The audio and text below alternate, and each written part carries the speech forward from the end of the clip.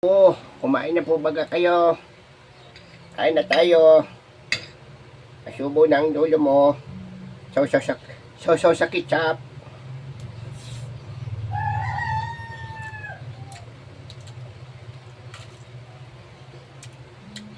Sarap.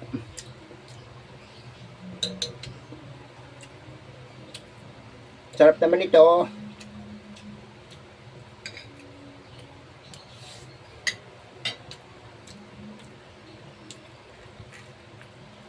Konting kakadlaang, kagat.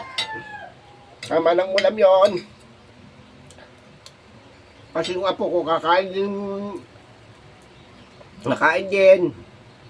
Amoy-amoy na niya ito kakagatin kasi ulam pa namin ito 2 linggo.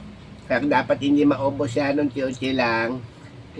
Dahil grabe ang tipid. Wala pang padala yung aking anak ay Saudi. Kaya kailangan laging nagtipid. Ay, kawawa naman ng mga anak na nasa abroad.